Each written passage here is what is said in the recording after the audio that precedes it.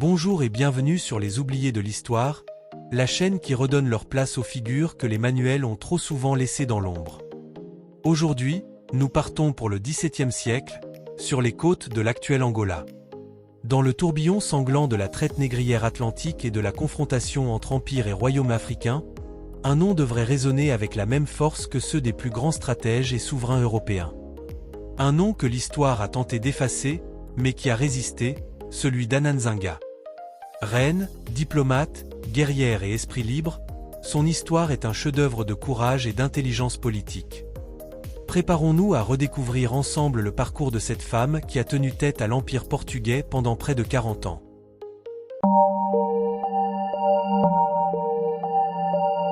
Pour comprendre Nzanga, il faut d'abord saisir le théâtre de son action. L'Afrique du Sud-Ouest au tournant du XVIIe siècle. Les côtes du royaume Ndongo, qui formera le noyau de l'Angola moderne, sont le lieu d'une confrontation brutale. D'un côté, l'Empire portugais, établi à Luanda depuis 1575, avide d'esclaves pour les plantations de canne à sucre du Brésil. De l'autre, une mosaïque d'États et de chefferies, dont le Ndongo, dirigé par le Ngola, titre royal. Le commerce des êtres humains est la monnaie d'échange, la source de pouvoir et le moteur des conflits. C'est dans ce monde de trahison, de diplomatie sanglante et de réelle politique qu'Ananzanga va émerger, non pas comme une simple victime, mais comme une architecte de son propre destin. Étape 1. Les années de formation, naissance dans le pouvoir et l'exil, 1583 à 1622. Origine royale et éducation. Nzanga Mbandi naît vers 1583. Son père est le Ngola Kiluangi Kiasamba, un souverain réputé pour sa résistance farouche aux Portugais.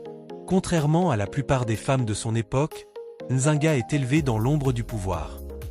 Son père l'autorise à assister aux réunions du conseil et aux affaires de l'État. Elle y apprend l'art de la guerre, la diplomatie, et observe les faiblesses et les forces des Portugais. Elle est également initiée aux rites et aux traditions de son peuple, forgeant une identité culturelle et spirituelle inébranlable. La trahison fraternelle et l'exil. À la mort de son père, son frère, le Ngola Mbandi, monte sur le trône. Percevant Nzanga et son fils comme des menaces potentielles pour son pouvoir, il fait assassiner l'enfant. Nzanga elle-même est contrainte à l'exil pour sauver sa vie. Cet événement traumatisant est un tournant décisif. Il enseigne à Nzanga une leçon cruelle. Dans la lutte pour le pouvoir, la parenté n'est pas une protection. La survie dépend de l'intelligence, de la prudence, et le moment venu, de la capacité à frapper sans pitié. Étape 2. La diplomate, la rencontre de Luanda, 1622. La mission. En 1622, le frère de Nzanga, le Ngola Mbandi, est affaibli par des années de guerre contre les Portugais et leurs alliés locaux, les Imbangala, guerriers redoutables et nomades. Acculé, il se résout à envoyer Nzanga, réputé pour son intelligence et son sang-froid, comme ambassadrice pour négocier un traité de paix avec le gouverneur portugais, João Correia de Sousa, à Luanda. Le célèbre incident du coussin. La rencontre est entrée dans la légende. En entrant dans la salle d'audience, le gouverneur portugais était assis sur un trône, tandis qu'on avait prévu pour Nzanga un coussin posé à même le sol, un geste délibéré pour l'humilier et signifier son infériorité. Nzanga, sans un mot, fit un signe à l'une de ses servantes, qui s'agenouilla immédiatement pour lui servir de siège humain.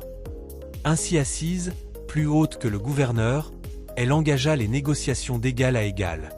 Ce n'était pas un acte de cruauté envers sa servante, dont le rôle était probablement honorifique et préparé, mais un coup de maître en communication non verbale. Elle démontra qu'elle ne serait jamais soumise. Le traité et la conversion. Nzanga négocia avec une habileté remarquable. Le traité de 1622 fut signé, établissant des frontières et la libération de captifs Ndongo.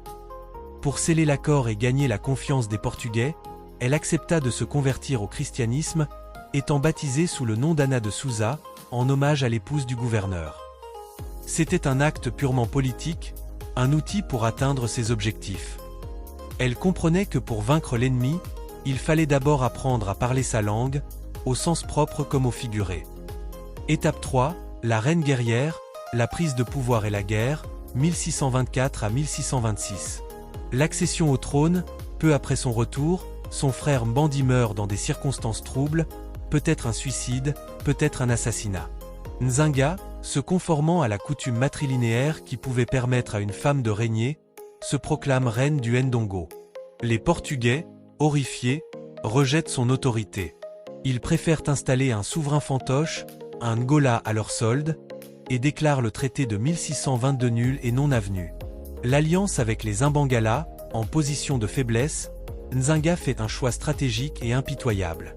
Elle quitte le Ndongo et se réfugie à l'est, où elle s'allie avec les féroces guerriers Imbangala ou Jaga, les mêmes qui avaient autrefois combattu son frère. Pour être acceptée comme leur chef, elle adopte leurs coutumes, y compris leurs rites guerriers et leur structure sociale. Elle épouse même leur chef, Kaza, consolidant son pouvoir. Cette transformation est fondamentale. La diplomate chrétienne devient une reine guerrière, adoptant les méthodes de ses ennemis pour leur survivre. La guerre d'usure. Pendant près de 3 décennies, de 1626 à 1657, Nzinga mène une guerre de guérilla implacable contre les Portugais. Elle établit un nouveau royaume à Matamba, qui devient sa base opérationnelle et un état refuge pour les esclaves en fuite. Elle maîtrise parfaitement le terrain, lance des raids dévastateurs contre les caravanes d'esclaves portugaises et perturbe leur économie. Sa réputation devient telle que les Portugais la dépeignent comme une sorcière cannibale, une démoniaque, pour justifier leur incapacité à la vaincre. Étape 4. La stratège politique, le renversement des alliances, 1641 à 1657. L'arrivée des Hollandais. En 1641, un événement majeur change la donne, la compagnie néerlandaise des Indes occidentales capture Luanda aux Portugais. Nzinga, voyant immédiatement l'opportunité, s'allie avec les nouveaux venus. C'est une alliance de pure convenance, les Hollandais fournissent les armes à feu, Nzinga fournit les troupes et la connaissance du terrain. Ensemble, ils repoussent les Portugais au bord de l'effondrement. Le retour des Portugais et la poursuite de la lutte. En 1648, une flotte portugaise venue du Brésil reconquiert Luanda et chasse les Hollandais. Nzinga se retrouve à nouveau seule face à son ennemi juré, mais elle n'est plus la fugitive de 1626. Elle est à la tête d'un royaume puissant, Matamba, et d'une armée aguerrie. La guerre continue, féroce et sans merci. Le chef d'État visionnaire. Nzinga ne fut pas seulement une guerrière. Elle fut une administratrice avisée. Elle développa Matamba en un centre commercial majeur, rivalisant avec les comptoirs portugais. Elle organisa son armée sur le modèle européen, intégrant la cavalerie et les mousquets. Elle accueillit les prêtres catholiques et les commerçants européens, jouant de leur rivalité, tout en maintenant les traditions spirituelles de son peuple. Elle était une souveraine moderne, comprenant que le pouvoir se construit autant par le commerce et la diplomatie que par les armes.